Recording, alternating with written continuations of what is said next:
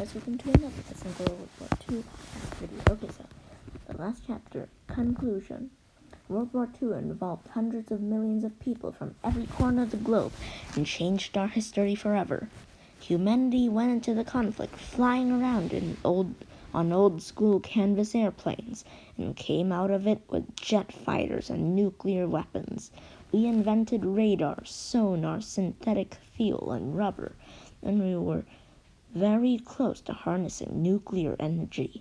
We saw the greatest and purest forms of heroism, and we saw the absolute blackest evil.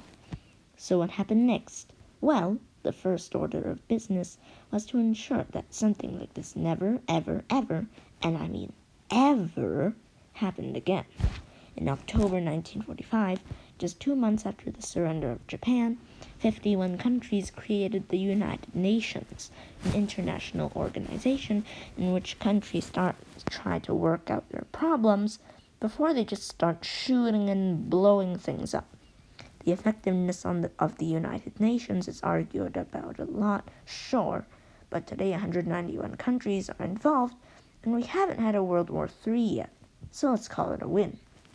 The United Nations was headed up by the two countries that emerged from World War II as the strongest nations on Earth, the United States and the Soviet Union.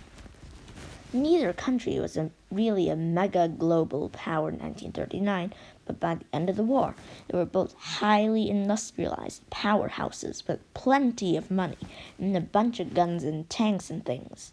So naturally, they distrusted each other and started talking smack and being all suspicious, which started a U.S.-Russian mutual dislike that extends to this day. At its height, this international staring contest was known as the Cold War, and even though no bullets were ever officially fired in anger between the two countries, they did come scarily close to annihilating the Earth with nuclear weapons on more than one occasion. Britain and France were okay after the war, but it was obvious that those nations' days of running globe-spanning empires were coming to an end. The British Empire split up, and British forces moved out of places across the Middle East, Asia, and Africa. India gained its independence and split into India and Pakistan in 1948. That same year, the United Nations agreed to divide British Palestine up into two regions. One would remain the home of the Palestinian people, who were mostly Muslims, and one would be a new homeland for the Jewish people who had suffered so monumentally at the hands of Hitler's death squads. Jews from Europe and around the world flocked to their new land of Israel, their people's ancient homeland, and while this was great for the Jews, it kind of ticked off the Palestinian people who were already living there. They didn't exactly like the idea of having to pick up and move out of their homes their grandparents built. So pretty much the entire Middle East declared war on Israel the moment it was officially created. Israel won the war, but the bad blood, killing, and mutual hard feelings carry over to this day.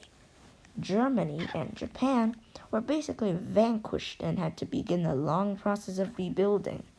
Germany was split in half, with East Germany under control of the Russians, and West Germany becoming an independent country allied with the United States and Great Britain.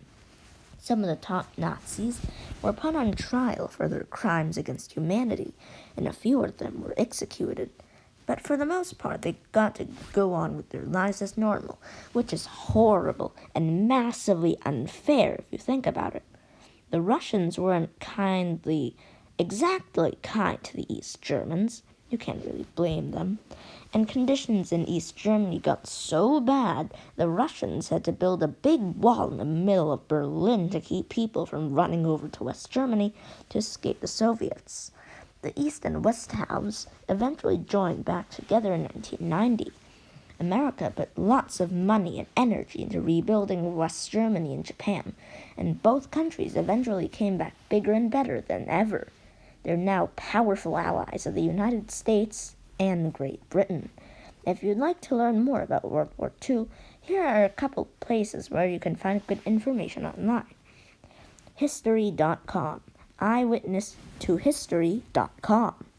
You can also check out the bibliography in the back of this book to find books I used to do my research about World War II.